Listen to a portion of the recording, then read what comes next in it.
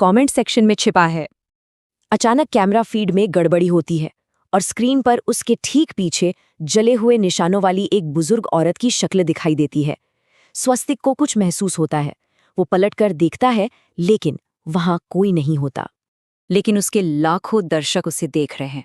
Chat box चेतावनियों से भर जाता है। हर कोई उसे बताने की कोशिश कर रहा है कि खतरा उसके ठीक पीछे खड़ा है, जिसे वो देख नहीं पा रहा। और तभी एक ऐसा कमेंट आता है जो सबको सन्न कर देता है। ये कमेंट किसी और का नहीं, बल्कि स्वास्तिक के अपने ऑफिशियल चैनल से आया है। और बस यहीं पर कहानी एक ऐसा जबरदस्त मोड़ लेती है ना, जो कमाल का है। ये जो अगला कमेंट आता है वो सिर्फ स्वस्तिक की नहीं, बल्कि जो लोग उसे देख रहे हैं उनकी भी दुनिया हिलाकर रख देता है। सच में यही वो पल है जो इस कहानी को एक मामूली डरावनी कहानी से बहुत बहुत ऊपर ले जाता है। इन कमेंट्स को पढ़ते ही स्वस्तिक के दिमाग में जैसे बिजली कौंधती है।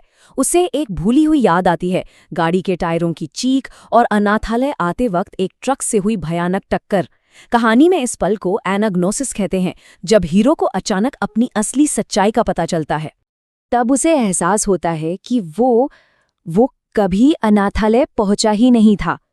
ये जो लाइव स्ट्रीम कर रहा है वो स्वस्तिक नहीं, बल्कि उसकी आत्मा है, जो अपने आखिरी अधूरे मिशन को पूरा करने के जुनून में यहां तक चली आई।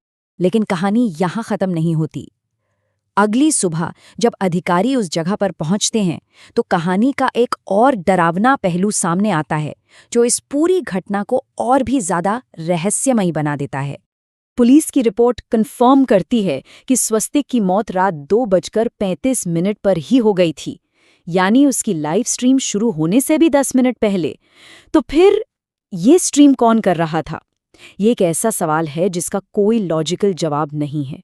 लाइव स्ट्रीम के आखिरी पलों में दिखता है कि वही बुजुर्ग औरत की आत्मा, जो शायद वहां की केयर टेकर थी, स्वस्तिक की भटकती आत्मा को बड़ी आराम से शांति से अपने साथ ले जा रही हैं। उसका मिशन, चाहे अधूरा ही सही, अब खत्म हो गया था। कैमरा गिरता है और प्रसारण हमेशा के लिए बंद हो जाता है। तो कहानी हमें इस एक सवाल के साथ छोड़ जाती है। ये सवाल ही इस कहानी को खास बनाता है, क्योंकि ये डिजिटल दुनिया और अनदेखी दुनिया के बीच की लकीर को धुंधला कर देता है कि अगर यूट्यूबर पहले ही मर चुका था तो उसकी लाइव स्ट्रीम किसने